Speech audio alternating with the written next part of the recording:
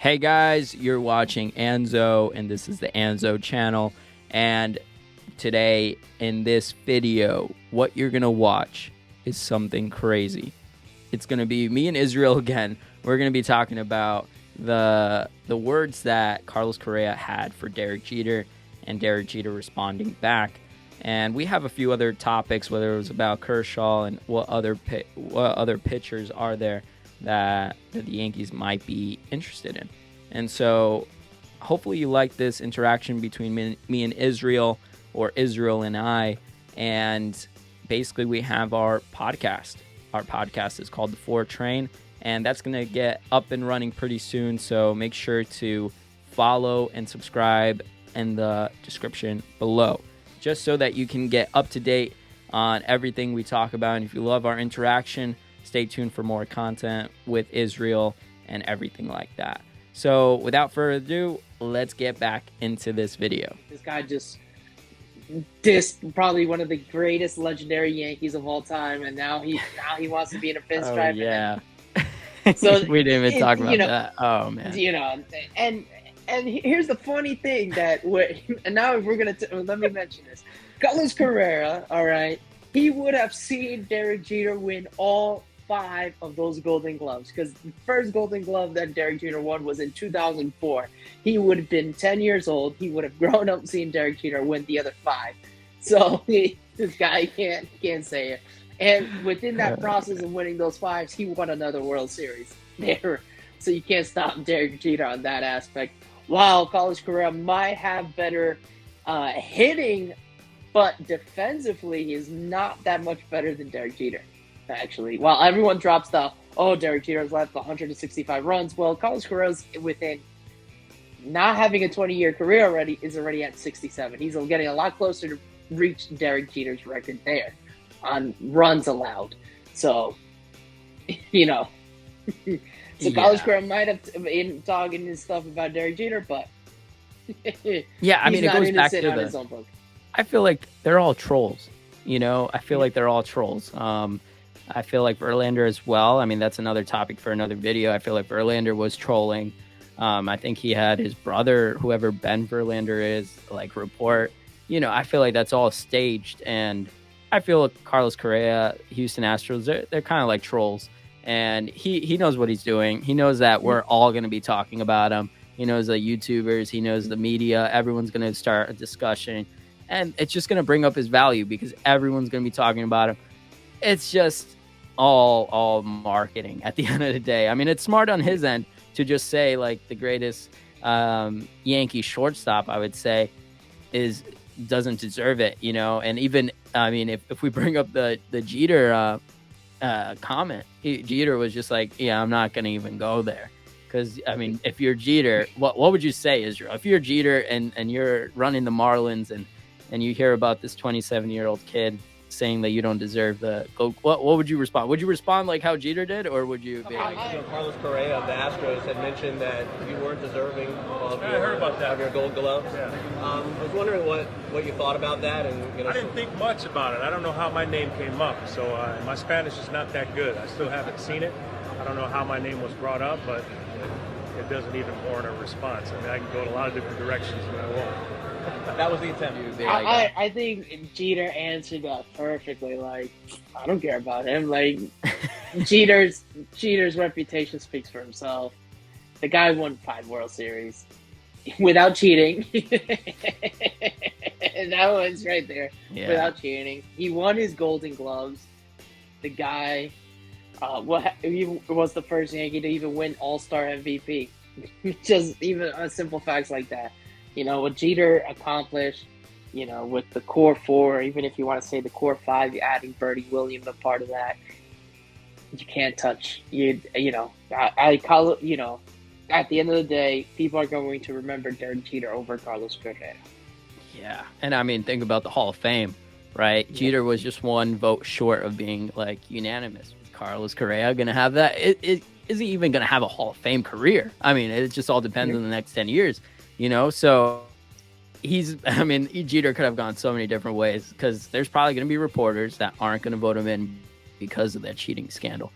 And so who's really the best player? Jeter's a class act, so he's not going to, I mean, and you're in Jeter's position, you're not going to say anything back. This guy's a troll.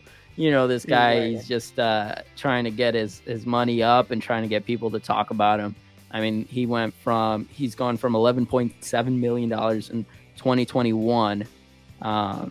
And he's trying to go to at least 35 million or something like that.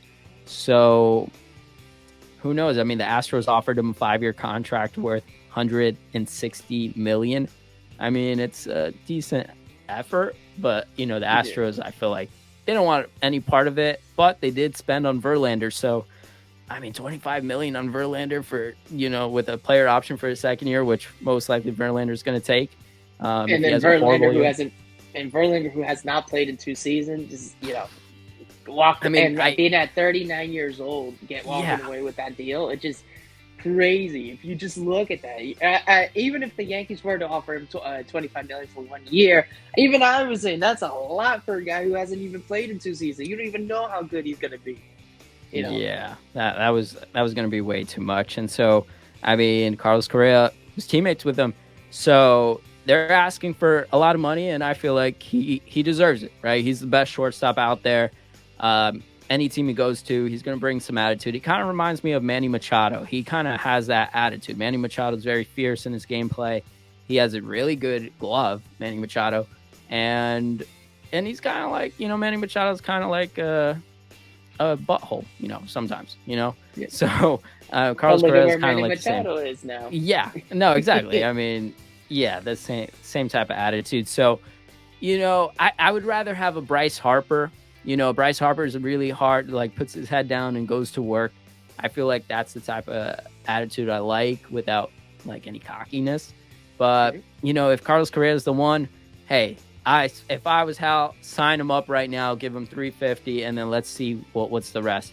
But if we don't get this villain, is there another villain out there, Israel, that you would want to get instead of Correa? Is there someone else out there besides, if let's say the Yankees said no, we're not gonna do it, and Detroit Tigers sign him for $400 million and give him the whole world? Who would be next on your list? The next on my list, that would be very good, but I wouldn't say him being the villain. I would say more the Yankees being the villains themselves. Going on to Clayton Kershaw. That would, oh man, just LA would flip. The baseball would flip because now you got Kershaw and Cole on the lineup. Yeah. That would make the Yankees the villain, but Kershaw is still on top of his game. If the Dodgers let him walk, that's just Dodgers are just dumb on their part. The guy's been their face for them, and they're just going to let him go. Then let's scoop him up, and let's bring him to the Bronx, and he'll be coming out with vengeance because he's going to, obviously, he wants to prove himself. And yeah, that would be, and obviously make us the Yankees, the villain. Interesting take. I don't know if I would take Kershaw unless we get him cheap, because I feel like he has horrible postseason stats. I feel like he gets the yips when it comes to the postseason. But if there's no other choice, I would rather get Kershaw. Like, if we're not going to do anything else, right? Then let's get Kershaw. But, like, if we're going to get Kluber, I'd rather get Kershaw and try to see what happens there. I mean, he's been to the World Series. He's won it. I'd rather have that experience, even though he kind of gets the yips sometimes. I'd rather have that type of guy. So, yeah, why not? Why not stick it to the Dodgers' face and let's get him? So, but yeah, Israel, I mean, this sounds great. Thank you so much for hopping on. I know that we're getting notifications left and right here, but thank you for hopping on, Israel. No problem.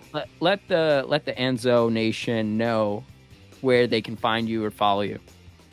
All right, guys. Well, you can find me every week on the 4 Train podcast. Don't forget to subscribe to the podcast. The link is down and below. As well as you can follow me on Twitter. My Twitter handler, as you can see, has my name right there, Israel NVRRO. Just follow me there on Twitter. Obviously, I make my comments about Yankee baseball all year round. So you guys can follow me. And guess what? When the XFL season kicks off, we'll be launching a new channel for the XFL. So guys, hope to see you guys soon. And don't forget to subscribe to the hottest new podcast out there and YouTube show, the 4 Train Podcast.